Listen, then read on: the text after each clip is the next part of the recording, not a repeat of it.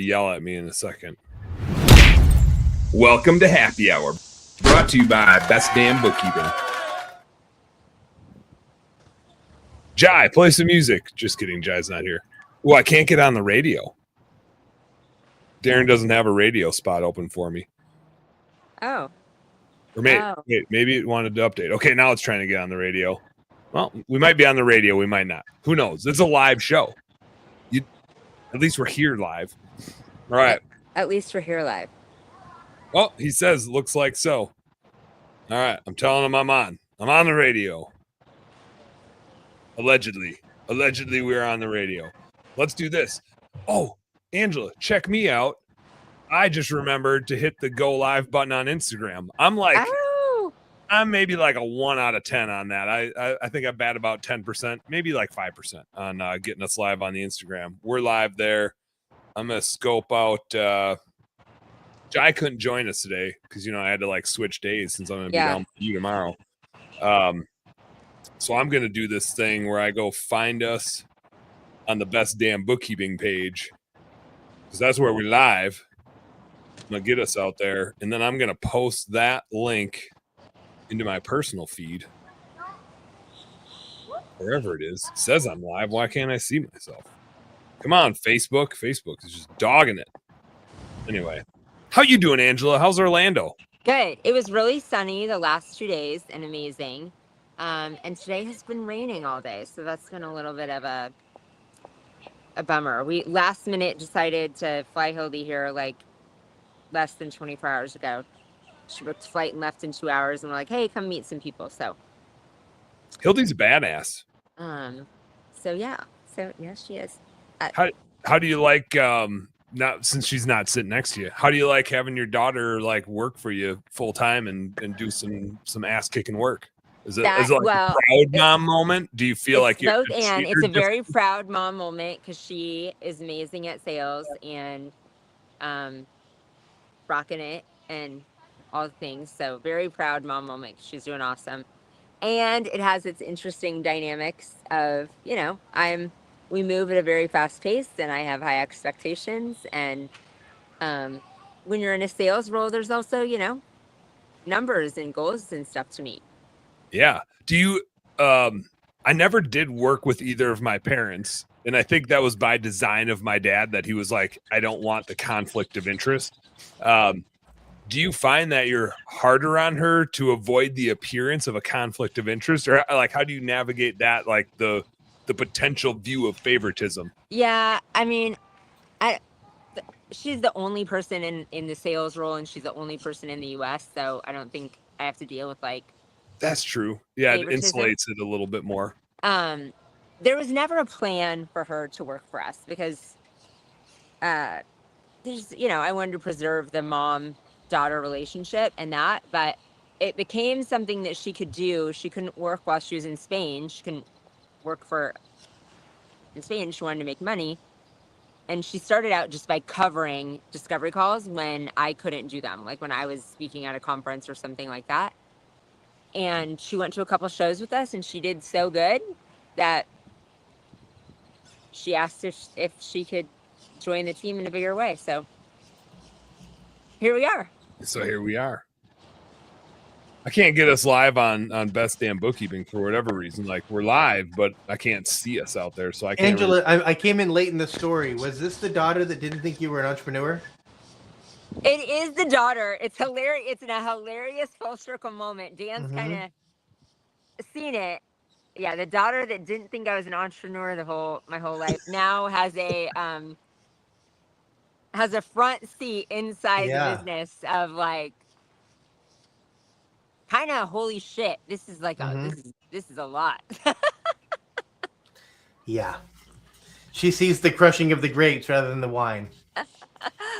So yeah, she's crushing it at sales, but she also, now gets to be on all the inside team leadership meetings and see what a massive undertaking business is. Yep. And she's now like really firsthand seen the privilege though of living a life that she gets to design too, right? That she can work from anywhere in the world.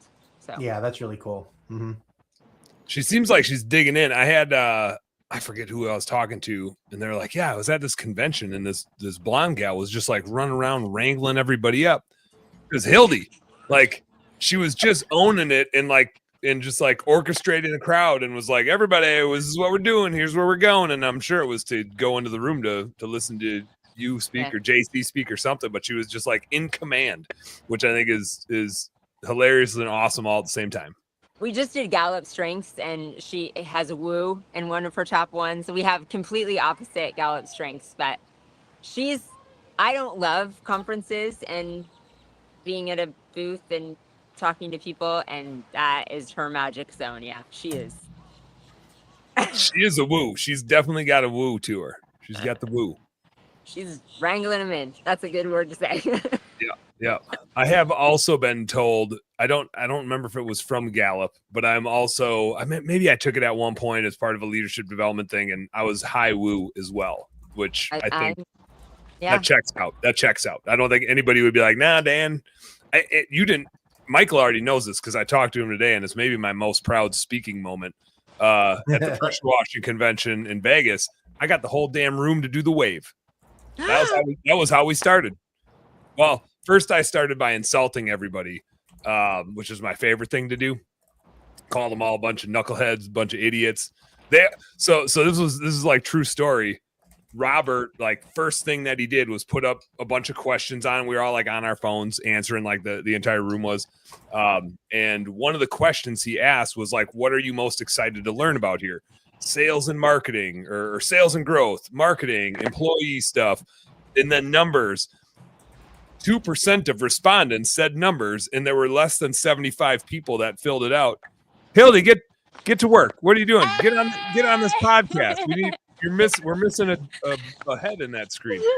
But so he put that up there, and one person answered numbers, and so I had everybody, and that and I'm sitting in the back. I'm like, what the hell's wrong with I can't keep my mouth shut. I got the woo in me, just like Hildy. So I'm just like yelling from the back. I'm like, you knuckleheads. And so then that recurring joke kept coming back up. So I spoke like in the afternoon of the next day, and I was like, all right, everybody's got to stand up. And I won $100 when Morgan Knox was talking. And so I had this $100, and I said, this thing's going to come back around. And I was like, everybody stand up. And then everybody sit your monkey asses down, I believe is the exact word that I used, except for the one person that answered numbers, that they're most excited to learn about numbers. And I was like, here's 100 numbers for you. So I gave that guy the $100 bill. And I was like, well, now I feel like it's the right time to do the wave. Got to re-engage everybody. So I got how so many times you speak and the room is like deep front to back? This room was really wide.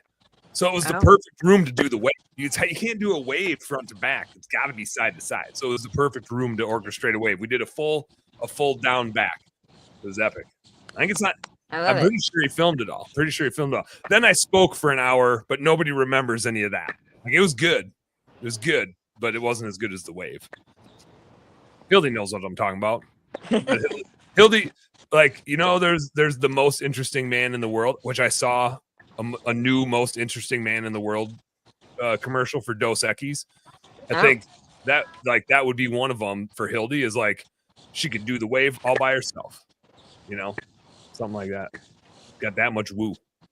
Yeah, I just took the personality 5 strengths, Clifton strengths test. That's what we told Yeah, him. we're here. Woo, yeah. You got the woo. Yeah. Yeah. That doesn't surprise me at all. That totally checks out. We're like polar opposites when it comes to that test. It's so weird. That is weird. Turns out you guys are related. Well, I've heard you are. I guess I haven't done a DNA test to find out for sure. Now time you tell me I'm adopted? No. Maybe. And Angela, you are not the mother. We look too much. Don't. Look at their hair color's different. I can tell. The hair color's different. You missed Michael saying, "Is this the daughter that didn't know you're an entrepreneur?" Just whatever. Just 18 months ago. 5 years ago. No. 18 months, 5 years, same thing. Hildy, I got to tell you this straight up. You got to hear it from me. When I was at the pressure washing convention last week, I believe somebody had come from a roofing convention and was like, there's this blonde gal running around that was just like telling everybody where to go. She was just in charge of the son of a bitch. And they were like, Heather, Heidi? And I was like, Hildy?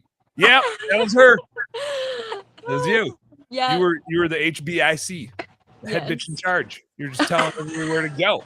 I should use that. I like that. Yeah. But He wanted me to do that here, but it was funny. Like they were just like that gal like was in charge. Like she had the authority of like and she knew like what to do at a convention. I was like, I think I know where this is going. I think I already know who this is. You know. Yeah. So cheers to you. Thank you. Thank you. Speaking of cheers, since you guys are in Orlando, I decided to throw some tequila, a little lime juice, and some blueberries in here to fruitin' it up. Oh. Now, I'm also getting ready for the 5K Thursday morning. I ran. It's been so nice out here. It was 50 degrees today. I ran outside today. I just got my shoes. Hildy DoorDashed some shoes so that she could do the 5K. Nice. Well, I'm ready. I'm actually gonna bring my shoes to the convention. I'm gonna wear shoes. I'm gonna wear shoes. I'm gonna wear them on the plane. Wear them through the airport. I'm gonna be ready to go. No tequila shots the night before. No, and then I got like I wish I'd be down there with you guys today. I don't know why I thought I was supposed to fly in on Wednesday. I think I just effed it up. I think I literally just effed up the timing of it. I was thinking it started Wednesday, and I was like, well, I'll fly in Wednesday morning because I don't have anything I need to do until Wednesday afternoon. But I know I need to fly out Thursday afternoon because we fly out for Cancun like early Friday morning with the kiddos. So I'm just like, I fly 3 days in a row. I fly down there. I feel like JC and Angela. I fly down there Wednesday, fly back home Thursday, just in time to unpack, repack, and fly to Cancun with the family Friday morning. So, Angela, how do you do it? How do you stay alive?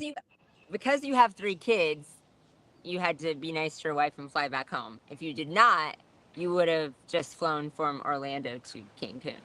Oh, yeah. I'd be dragging Marty along with me. I do a lot of multi-city, which is actually turning out to be a lot easier than flying home. The last trip before this one, I did 5 cities before I came home. But it was so much easier. Yeah, why waste time going back and forth? Yeah. It'd be like if you were running a window cleaning company and you went out to clean a job, went back to the shop. Went out to clean another job, went back to the shop. Just bring everything with you. Same thing. Yeah, it is. It's the same. It's basically the same. We just don't ever, we're gone all the time, but somehow we do not get to Minneapolis and San Diego. I don't know why there is not a convention in either place right now.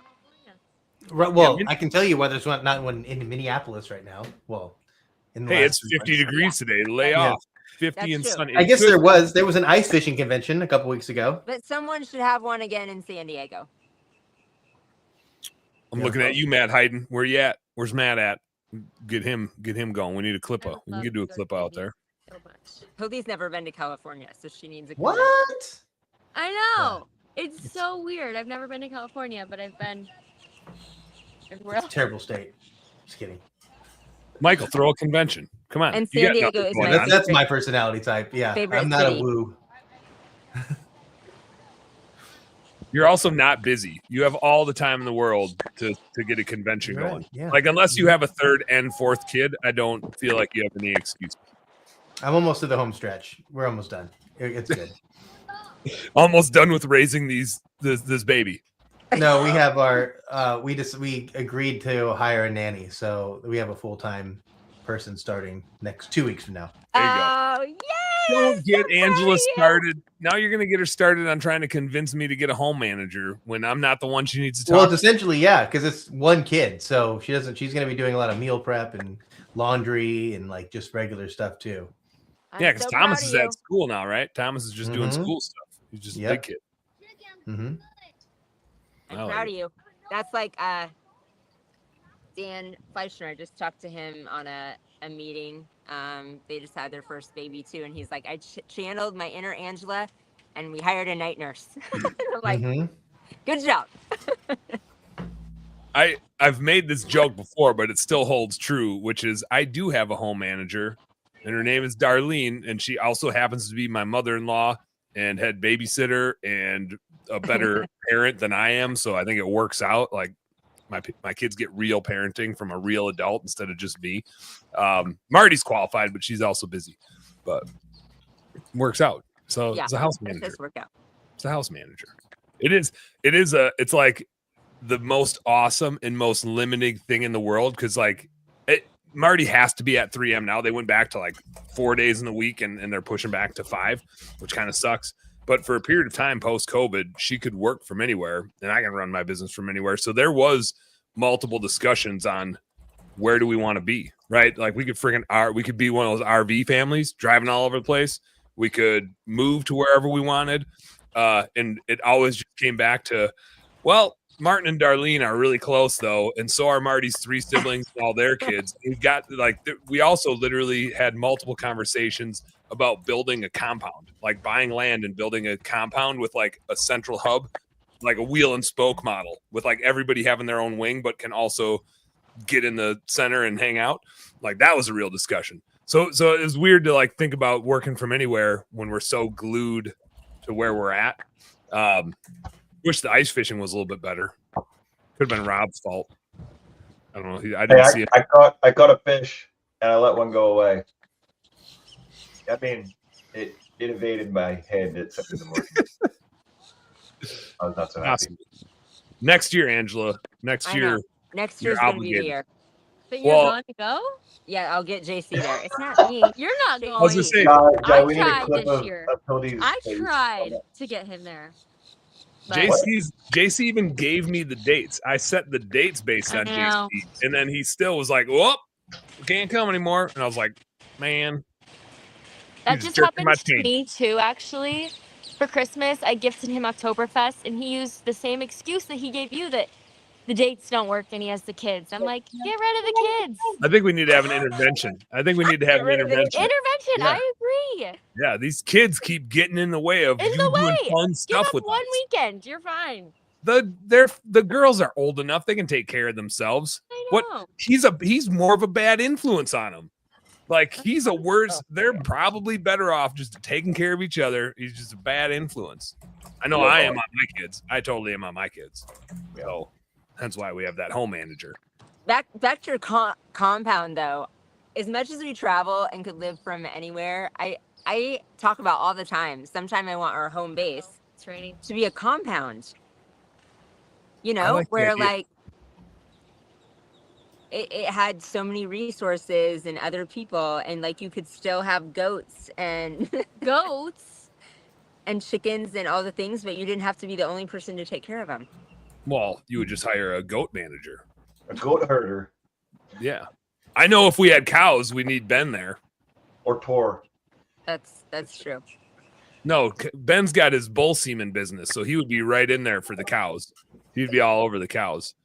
Tor, probably chickens. I could see Tor being a chicken guy. Bull like jerking business. I haven't talked to Ben in a long time. But we'll probably need to get him on. Talk to Ben this ice fishing trip, and then that didn't happen. Yeah, he was supposed to be up ice fishing, but then he was at a trade show for plumbers and whatever else, the sewer drain cleaner people in Indianapolis. Yep. So he missed it too. The wet show. I think it's a 2W wet show. I don't know why they named it that. Kind of like when I almost named my business bookkeeping. You guys know that? About that the other day. Okay, do you have does this have a new logo? Home Service Happy Hour. Yeah, it does. You like it? Yeah. We got a new logo. Yeah. You've just been gone that much. You didn't even know we got a new logo. There's other cool stuff on here that Jai can do, but I don't know how to do it. But if Jai was on here, he'd be like razzle dazzling you. Where's Jai? I've been gone. Well, we moved the show a week or a day. Oh yeah. So it's just not on Jai's calendar. Next week I'm on spring break, so like no shows next week. Today I just did 2 of them. We can take over. Michael did throw that out last week. Was that last week? Without you. Yeah, but I was gone last week. I could probably do this week. next week, if you guys want to take over the show, We're home. I'm actually home. I'll do it. free reign. Here's my one request. We did this once in college. It was a blast. I don't know exactly how this would work digitally, but you guys are smart. You'll figure it out. One time in college, so like every Wednesday night was dollar beers, dollar bowling, dollar burgers. And one Wednesday, we all drew names out of a hat and went as each other, like dressed like them, acted like them. Like we had to be in character all night. We should do that. It was hilarious. Like because every little nuance that your friends know the most about you, like me being loud and obnoxious and goofy, like your best friends, when they behave like you, play it up to like the 10, right? And so I think we could do something like that on the show where you guys sub in for me, but somebody's got to be me. I'll do it. Like, and be like, I mean, you're gonna have to throw a wig on. Actually, Hildy's probably, Hildy's probably the best. Like, she's got the right level of woo to be me. I definitely couldn't impersonate Dan. Hildy, you're gonna have a tough time with the voice. My voice I was like, is or pretty JC. loud. I was like, or JC. We can put on the headphones. Oh, JC could do a good Dan. No. Yeah. Oh, okay. Me. So speaking of JC and acting, the next Unique Genius Summit, and hopefully I'm there at some point, but JC takes his shirt off and he's Maui with his tattoos on while you sing the whole thing, and he acts it out as an interpretive dance. Oh my god. That would be epic. We could do that. Yes. We could do that. I see that Lord, happening. God. Are you guys both going? I'm planning on going. I got to block down my schedule. All three of you are going.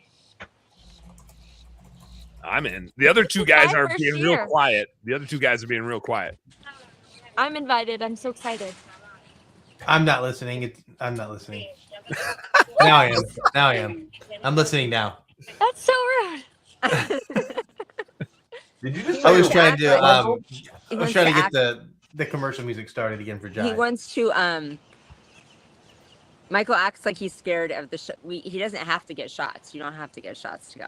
Oh, the What? Philippines. You have to get shots to go? No, you don't have to. No, you don't have to get shots to go. Are you supposed to? No, just one person convinced you we needed shots. You don't have to get shots. What kind of shots? Just nothing. You don't. Tequila, Gonorrhea. Tequila shots. I'm shots. spending the month in Asia. If anyone would like to Goldschlager join me for shots, the month. fireball shots. That kills it all. Oh, Michael, did you say you were trying to get the commercials from Jai? Is that what Yeah. you said?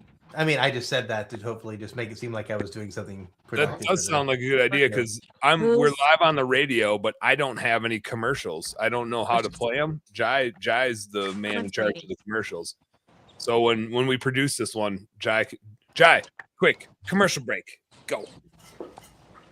And we're back. No more home service happy hour right here on Terms Up Radio. Your industry, your station.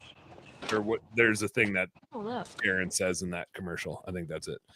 I want like some updates on what you guys got going on. I already talked to Michael about AI for as long as my head could stay on today, because he just makes my head spin off with it. But Angela and Hildy, what's going on new with Unique Genius? What are you guys working on? What's working? What's not working? What kind of records you breaking these days? Because I'm sure you are. What's popping? Lots of AI. That's for I sure. We have a fractional CTO that I'm in a mastermind with that is also just very generous. But yeah, training all of our people and getting them, constantly immersed in it, but just, automating everything. So all sources of truth are sources of truth that talk to each other so the AI can do its stuff. And it makes my head hurt. Every time I've always talked to him, it all makes my head hurt. But, so that big. And then I think on AI too, like, yes, we have somebody making sure all sources of truth go together so the AI can do it, but just that, like, AI is everyone's responsibility. You can outsource the automation so that AI Agents. works. but you can't just outsource AI as a business owner. Like, you got to spend time in it every day and learn it and figure it out, and you just do. And so does everyone. And it's scary It's the and makes world. my It's the world we're gonna live in. yeah, it's scary and makes my head hurt, but it's Michael, a did you have a reality. question? So that's where we are. I have dibs on being the most scared of it. So You are, yeah, you are for sure. Scared. Yeah. And we have tons of exciting stuff going on with affiliates and big. I'd say one of our most exciting things is just, it's so fun to see, like, be an easy button for like larger companies that are just like. Has anybody passed me up yet? Has anybody passed me yet? No one's passed you yet. We got a couple roofing companies close, but no one's passed. Bring it on. Bring passed. it on. And then I guess I just got to speak about it a little here. My final thing is just staying in my passion and staying in my unique genius, and really like talking about and helping people buy back their energy. Instead of Dan Martell's, like, that's my mission. Instead of like buy back your time.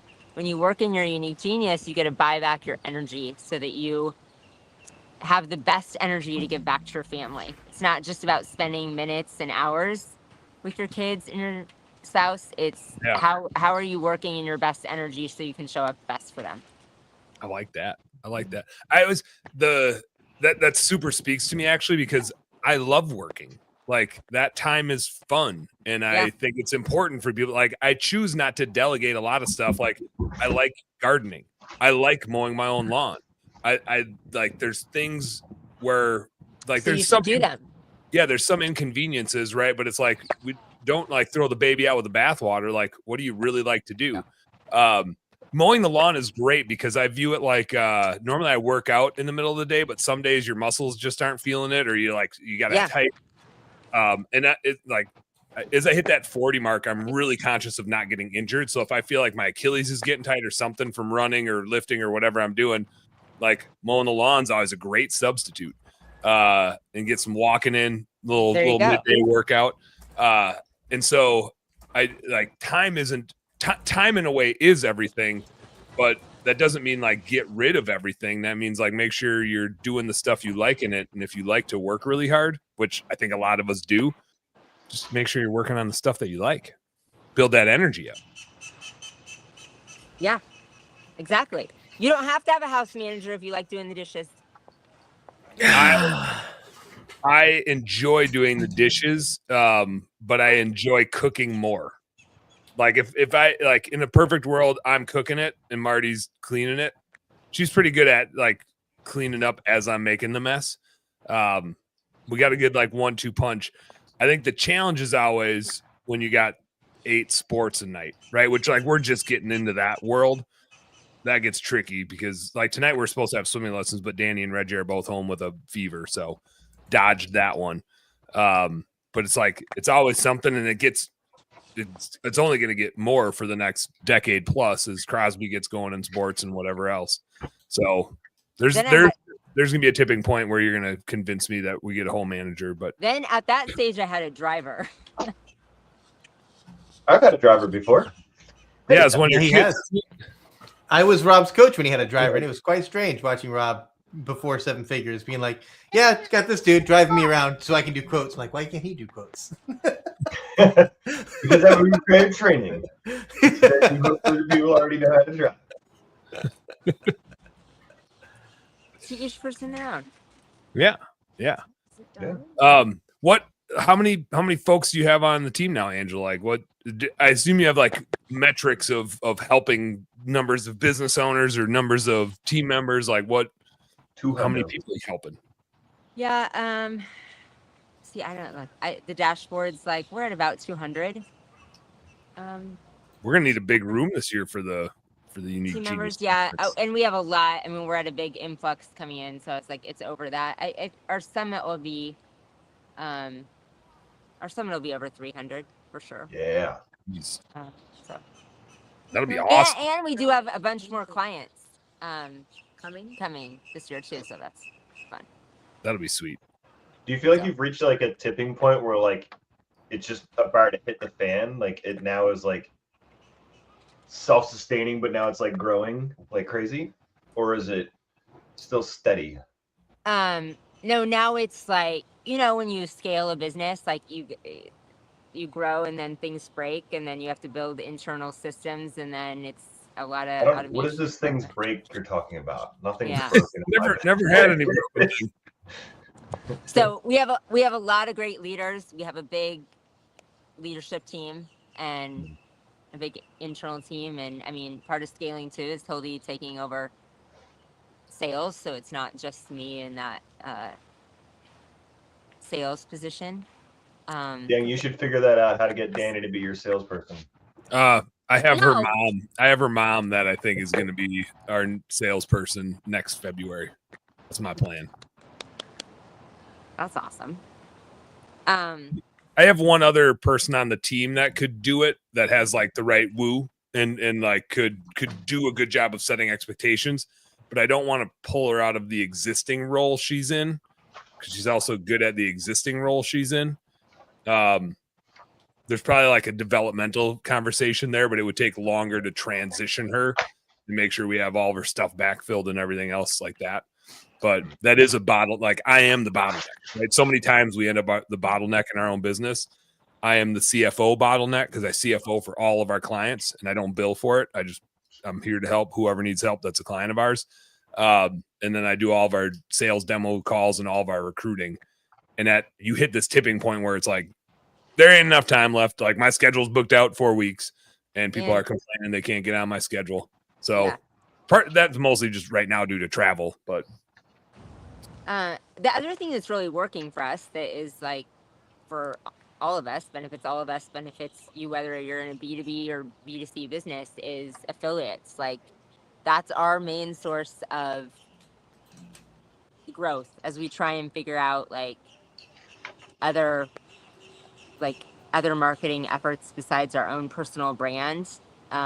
Building our affiliates and how powerful they are in referring people is really good. So that was a thing we talked about, and affiliate wasn't the word for the time and place, but when we were in Vegas at Robert's event last week for Commercial Pressure Washing Live, that world functions, even though it's like a pressure washing business, it's still very business to business. And he had all of his commercial clients, not all of, but like 5 of his best commercial clients come in and like sit on a panel, and all of them said relationships, right? And the first thing they do when they get a new vendor is they go vet it with all of the relationships they have. And so do we, right? When you think about the business that we do, you're like, hey, have you ever worked with this person? Can you vouch for this person? Do you trust this person? And so I'm with you. Like all of our clients come from a relationship that we have. I don't know, and I've thought about running ads, but I don't know that with bookkeeping or with VAs, like you're inside of their business. I think you could run ads and it creates awareness, but I would never expect somebody to buy from an ad on something that's such a relationship-based thing. Like there's so much trust built into what we do that it functions best when it comes from a relationship that already exists. Hildy, where's mine? Yeah.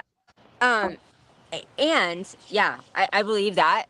With the affiliate marketing and doing it intentional, like it's crazy. Even though like people will refer you regardless of we're moving because it's pouring now. That run away. You have high quality business owners who aren't in it for the money, right? They're not trying to be Instagram influencers. But that constant drip of monthly reoccurring revenue for affiliates just is like this motivation. That like, hey, I'm an affiliate, and like we just keep, loving on them, and that's the relationship, and it's just really powerful because they're like then intentionally your marketing, a big marketing arm. And I think a lot of people, like our friends, would all refer us, right? Like they taught us every day, but they're not thinking about us every single day because they have all kinds of stuff going on. Whereas when you have affiliates and you're like dripping them with yourself every day and they're like getting checks throughout the month, it's just a natural dopamine drip that you're like, oh, unique genius. Who else can I tell about unique genius? You know? Yep. So Yep. you It's leverage like, the relationships of the people that love you, but how can you be really strategic about that? yeah.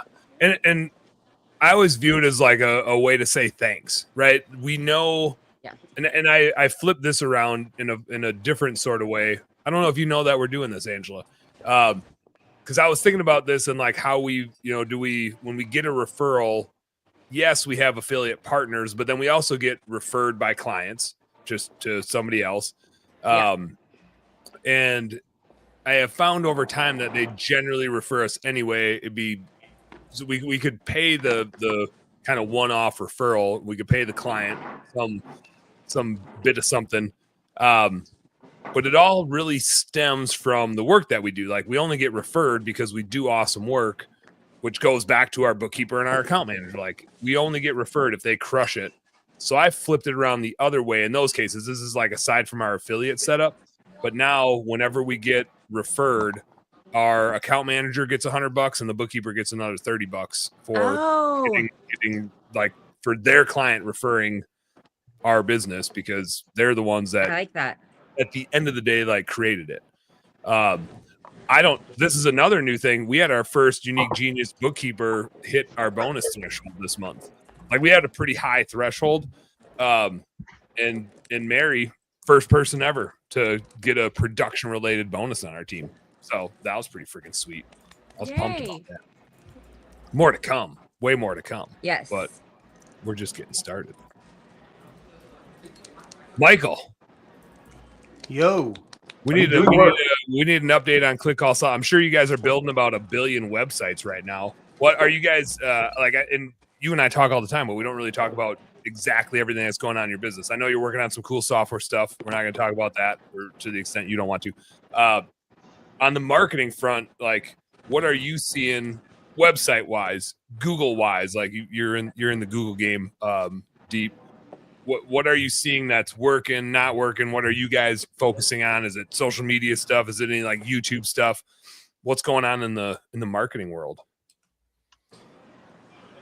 After the OpenClaw and the agentic AI came out, I think like the world's going to change really fast. So I've pretty much just been in a cave burying myself trying to figure this out, because now that AI agents can make decisions on their own without you really doing too much, that's going to grow really, really fast. So to answer your question specifically, right now for all of my clients that I'm working with directly, it's existing database marketing, right? We're coming up with offers for exclusivity, scheduling, priority scheduling, just to fill the schedule up as fast as we possibly can. So you just get to capacity very quickly. Last year, we had the most success with the boosted organic social media posts, circa Rob's promotion from 2019, 2020. It's back. It works amazingly well.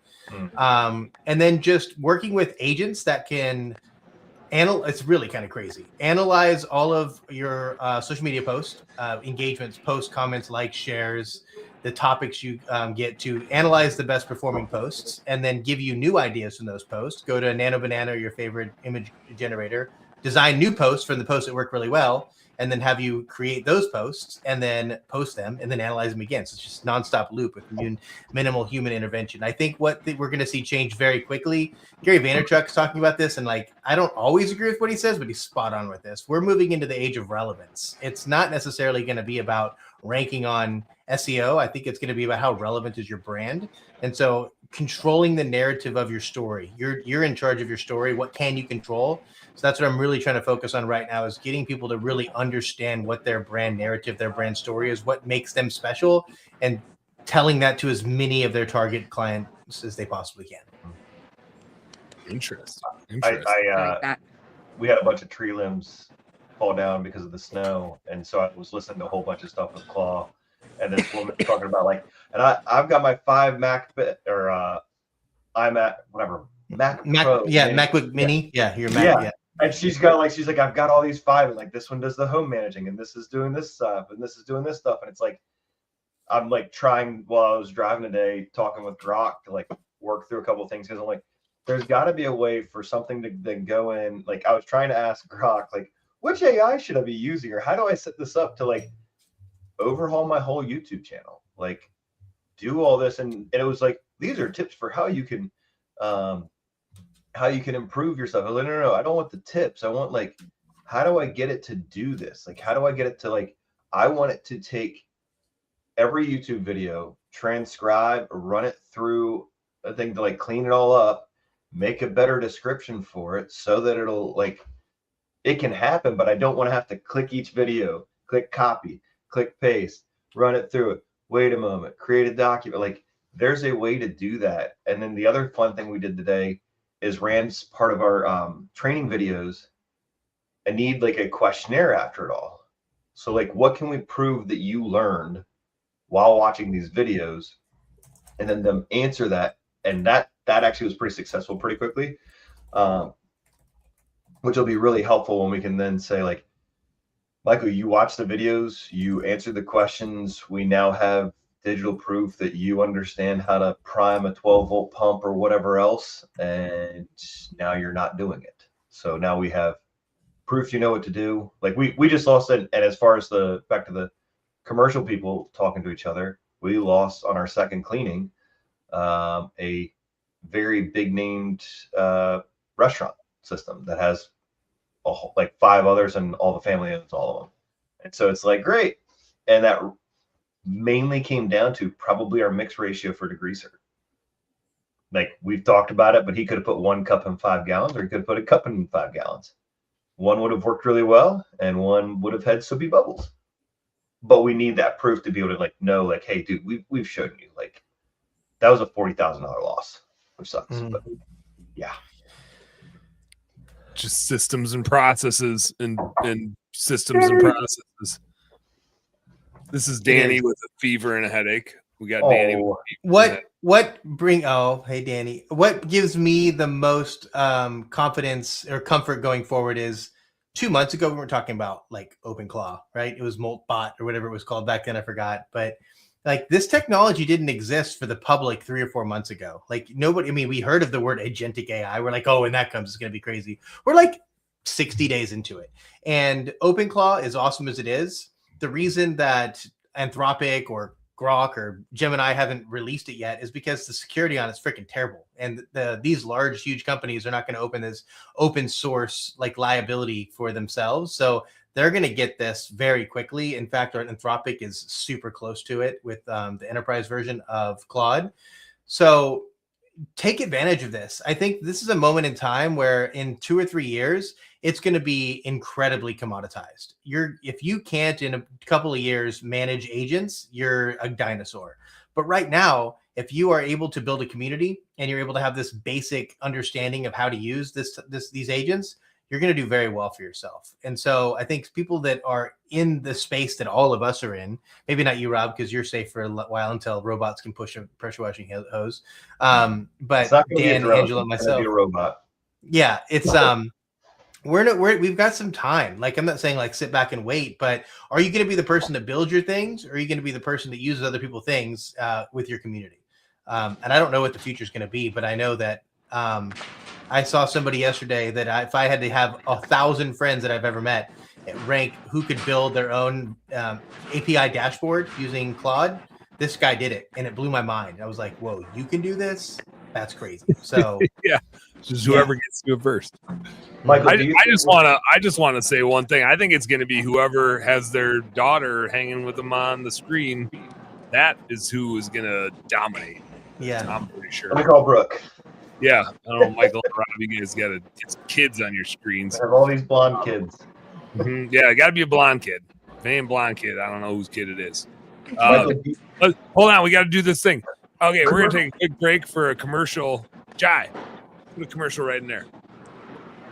And we're back with some more home service happy on Terms of Radio. That was pretty good. Did I wait long enough? Yeah. Did I wait long enough? Did I freeze long enough? All right, we're back with some more Terms of Radio. Oh yeah. Wait, who's playing the music? Where's the music at? Do we know it's working? Is the music working? I had so Angela, I'm gonna put you back on mute for a sec because it's like loud where you are. There's stuff Sounds happening. like there's, like, either somebody taking out the trash or a thunderstorm. Behind y'all. Maybe a little bit of both. Put me on mute. I think it's because our iPad got soaking wet in the rain. So we'll put ourselves on mute. it's the water is amplifying the sound. Just happening. It's happening. We got a few things going on at Best Damn Bookkeeping. We had record month in February. Is the first month we ever invoiced $100,000, so that felt pretty cool. We exceeded the $1 million pace, but now we're at the 1.2 pace, so it felt cool. Like that just feels like a threshold. Latimer said something. Josh Latimer said something at CPW Live that really struck me. He has this example that he puts up of like you have your panic level, like monetary panic level. That's your floor, that if you get below that monetarily, like your back is against the wall and you just go into action. And then you have a ceiling level that you just create for yourself. It's just there. And I can just hear Mike. Maybe my sound is up. It's from Michael's desk going. Sorry about that. No, it's great. I'll finish the story. Sorry. And so then he like puts this ceiling level up and he shows how like we artificially keep ourselves in that range. And if we go above our own implied ceiling of where we think we belong and operate, we like unintentionally will do things and subconsciously do things to get back in our range. And I'm like, man, I don't know. I can't point to a thing that I've done, but it is like a thing about how we view ourselves and what business we deserve to have or deserve to run. And I've always said, I think we can be like a $5 to $10 million bookkeeping business. And I grow it like it's that. And I was like, why not $100 million bookkeeping business? Like, that's definitely possible. There's enough businesses in the world that we could help where that's definitely possible. JDS is in the house. What's up, Jason? Thanks for checking in, man. Jason was there for it. Jason was there when this was going down. But it really made me think, like, what's the lid that I put on myself? Tommy Mello built a multi-$100 million garage door company. The prevalence to build a bookkeeping business is probably greater. Like there's less homes, but like there's a higher value ticket. And I'm like, man, it's just the ceiling that I put on myself of what business do I think I'm capable of building? And then we just kind of like get in a weird like comfort zone. And so that one like really struck a chord with me. So as we like cross the $100,000 a month threshold, and we're in our busy season, so we usually stack up 5 to 10K of like recurring revenue a month. Right now we have a wait list going on like both sides of our capacity demand equation, just trying to grow at the right speed to do an awesome job. And we got to keep doing an awesome job. But that was really enlightening to me of where can we really take this thing? Like what's truly possible. It's not 5 or 10 million. There was a guy in the room, John, I forget his last name, just in this room and like pleased to be there, that has a $17 million pressure washing business. And he's like, I love coming to these things. I'm learning so much.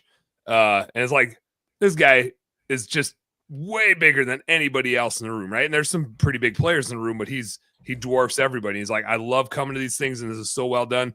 You never know where you're going to learn something, right? And I was like, man, that guy's 17 million in cleaning. Like he does some janitorial stuff too, but he's 17 million in cleaning. And the like so many people in pressure washing, window cleaning put this ceiling on their business of like, if I could just get to 1 million. Right. And so we do all these things that keep the ceiling in our business. And I was like, man, like with bookkeeping, there's no ceiling of opportunity. It's not geographically constrained. Go get some food, Danny. My 9-year-old's like, Dad, I'm hungry. Yeah. Well, that's what we have a refrigerator for. And there's cupboards. I'd start with the Cheetos. Those are pretty good. It's good for a headache, probably. But anyway, that was kind of cool and enlightening to me. And one of the things we're trying to do is, and Angela, if you guys find something internally, like just throw it our way, but we're trying to figure out some software / AI to help our bookkeepers be more efficient. So, and like something that double checks their work. And so like has pattern recognition, because QuickBooks really sucks at it.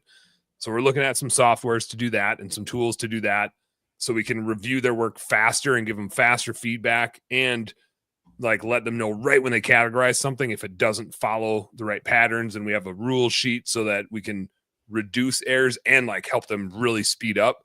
Then they can manage more clients and can make more money. And then it also enables our account managers to do more as well. So we're looking at some productivity things, because especially with AI, like that's where the mojo can come from immediately for us, is if we can just get more done in less amount of time. So that's a big thing for us. We're starting to revamp some like pay structures. We're hitting that point on our org chart where it's like, now we need a manager of managers. Like we're hitting that inflection point. So that's exciting, but it's always scary because it's hard to find the right people and like putting into those roles. But it's fun to like have that new set of problems. We're at that new set of problems. So the 2026 is going to be really interesting. I'll report back later with how bad I fuck it up. Cause that's part of being a business owner, is we don't get it right the first time. Hopefully we do. But we're in that inflection point that I call like purgatory number 3, where your leadership team needs to get really dialed in, and like the managers underneath that leadership team need to get really dialed in. And we've got a lot of really good people, but we're all going to have to play up a tier and break some stuff. So it's gonna be exciting. I have some exciting ideas for you, and this is why this can be. So I do have a great AI solution for you, and a person on our team that's doing AI, a lot of AI accounting things. So we'll talk about that.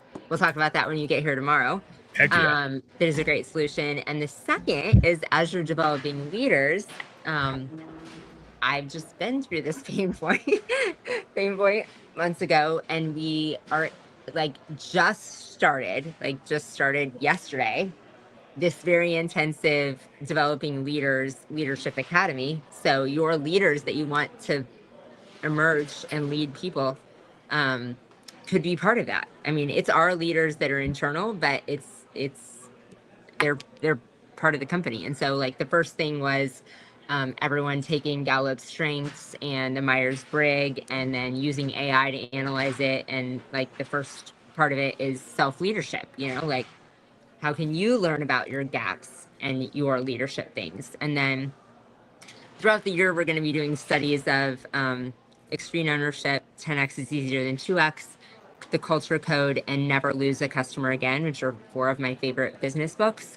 So in the first month, you do a crash course of like just watching the videos on those 4 books and kind of previewing what you'll do through the year, but then they can bring them back to your company. But it's just a lot about them. I mean, you'll be promoting leaders that are in the Philippines, and it's like them learning to lead, and then taking those things back to how they develop into, leaders of people in the organization. So Hildy's got to preview the program, and I think it's pretty awesome. So that might be something for you. And then my third thing, a reflection for you, not tell you everything, but the ceiling thing is so huge. And somebody just taught me this recently, and having your whole team. So I think I told you last year before our summit, our whole internal team read 10x is easier than 2x.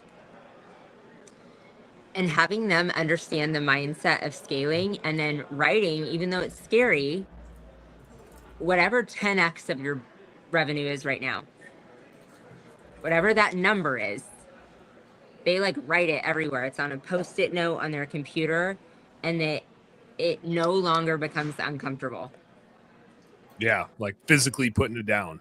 So it just changes your ceiling, even though that might not be your goal, even for 3 years or 4 years. If they're looking at that revenue goal, it changes everyone's internal ceiling. Yeah, because you look at that and you're like, this is the business we're operating as. Like that's who we are. That's who we are. It did like blow my mind talking to that pressure washing guy that was at 17 million. And I gave him my purgatories of scaling presentation. And the whole time I was going, he's like, this son of a bitch is exactly right. Like, I forgot about that, right? Because it's been so long since he went through like the first couple purgatories, but he prefaced it for me perfectly without knowing what I was going to talk about. He had said like $1 million is the worst. Like $1 million is where everything breaks. And then it happens again at 3 million. It happens again at 5 million, but like $1 million is the worst. And he said it multiple times in the room. And then I went and presented, like, you got the 200 to 300 struggle bus, you got like the 600 to 700 struggle bus, and you got the million struggle bus. And I stop at the million struggle bus. Like, that's the last one I present on. And then I just kind of say, they keep coming. Like, this isn't it, but these are the ones you're probably dealing with now, and you're in one of the three of them. So it was really funny to like have him just totally foreshadow my presentation without realizing it. And it always comes back to leadership, right? Like when you hit that $1 million, it's when like leadership gets under the microscope. And like, do you really have other leaders on your team, or do you have managers on the team? And that's like, when you get stuck there, that's always what it is. And like, we're feeling it in our business. We need to get better as a leadership team. We're very transactional. We're not pushing. We're not thinking. We're just throwing problems against the wall. We're not like coming up with great solutions yet. So I can like see my own team kind of struggling with it, but it's like, it's the bridge we got to cross. Like this is the bridge, and the water's deep, and ain't nobody gonna cross this thing for us. Like, we got to figure out how to get our asses across this river right here, which is scary, but it's also like why we do what we do. It's fun solving those problems. So we'll see, but I'm excited to learn from what you guys have already gone through, and hopefully can help me with, because like I said, I think we have a lot of the right people on the team, but we're going to ask a hell of a lot more from them, and a hell of a lot more uncertainty. I think that's the hardest part, is like now there's not a right answer. Like, now it's about finding the path, not just walking down it. Like, you got to make it, you got to find it. You can't just, it ain't there. We got to go get it. Yeah. So I guess I got to put a $10 million sticky note. Hold on, you're still on mute because it's loud. I took so many notes from this episode. Like, I'm just like writing down everything Michael says about.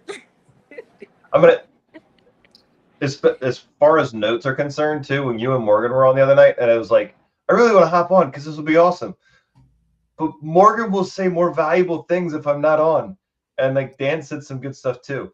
Yeah, I'm just the host. I can't say the good stuff. I can't say the good stuff. I gotta let the guests say the good stuff. No, but like that, you're so right. Like, we're at that $1 million point. We've been at that for 3 years, and growing above that has been an absolute pain in the ass.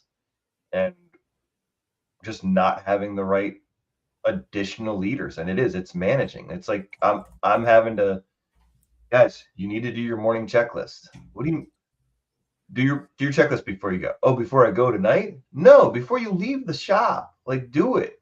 And then the same things are still busted 3 days later, and I'm like, so now we've done the checklist, but have we, you took the reservation, but did you hold the reservation? So, Michael, did you see my message? Facebook? Where'd you send it? In the private chat. Oh, private chat. Okay. Yeah. No. I'll look before I I go. gotta go sell something. You want me to read it? Should I read it out loud? Yeah, I mean, sure. I haven't read it yet, but I mean, yeah. Rob, was your intent? Read the questions now, Rob, sir. Yes. Rob, I have a call right now, so you have to go quick. Go ahead. Yeah. No, so I guess my question is with the federal government saying like, hey, we're going to pull away from Anthropic. Is that good for, you and me to like hop on there and use it? Does that mean they're going to have less funding? Does it mean that they've got all these computers that will now be available to help us? Or is it just a big dog and pony show and we're all being lied to? You're asking me to speculate, so I will maybe say that 3 or 4 times in case somebody pulls something in here. There is so much tech money being poured into AI right now that everybody's flooded with cash, just flooded with cash. And losing the government, a couple of things I've learned from just the federal government over the years, it's very performative. It's very short-lived. How many things other than the Epstein files are you talking about for more than 2 or 3 weeks? Not a whole lot, right? So whatever happened, I heard about it briefly, but it's whatever. It's going to be short-lived. They're going to be fine. And I think Claude just beat everybody pretty much with their agentic thing. So I think they're going to be fine. Opinion. Don't know. Speculation. Mm-hmm. Stamp it. All right, I'm going to go sell something. See you guys. All right, see you, Michael. He's going to get a quick call and sell. I have, I'm going to let you guys go with this one. I have a crazy guest on tonight. I think he's still like in his mid-20s, maybe pushing late 20s. Jack Hardigan is his name. He was in a CEO roundtable group with me here in Minneapolis. This is attempt 2 to get him on the show. Last time he got a flight change and he ended up like being on the flight during the show. when he was like in his low 20s, he built like a $5 million landscaping business. I mean, like low 20s. He built it while he was in college. And I'm curious, I believe he sold it recently and now is doing some other stuff, doing some AI stuff. But it's like, it kind of blows my mind to think about doing something like that in my low 20s. And so I'm super excited for him to jump on tonight. Super engaging guy, super fun guy. Doesn't have any kids. Every time I see a situation where somebody doesn't have kids, I'm like, well, that makes it way easier. Come on. That's not even fair. That's a cheat code. That's a cheat code for getting a lot more stuff done. It's not as fun. I'd way rather have the kids. Until your kids get old enough to help you with it, then that's cheat code. That's a cheat code too. It's like a farmer. That's like Angela grew up on a farm. It's like a farmer mentality. Like, we need to have some more kids to get some more hands around here. Now it's like, I need some more kids. So I got more IT people around here to help me with all this technology. But I'm excited to have Jack on. It's like, just to hear his story, hear what the catalyst was for him to sell. Cause like, selling a business that young, he could have built $100 million landscaping company easy if he would have stuck with it. He just had 5 million, and probably more than that when he sold it. So I'm curious what his plans are, what his next moves are. Clearly he's capable of growing some cool stuff. So What does he do now? I don't know. We're going to find out. We will find out tonight. That's my teaser, because I have that same question. Like, I just saw on social media that I think he exited his business. And so I don't have the answer, but that is a question I will ask. All right, y'all. You guys know what to do. Work smarter and harder. There'd be usually music playing right now, but since Jai's not here and I don't know how to work this thing, y'all know what to do. Work smarter and harder. Go earn some pride. We'll see you back here in about 4 hours when I got Jack Hardigan on the show. Peace out.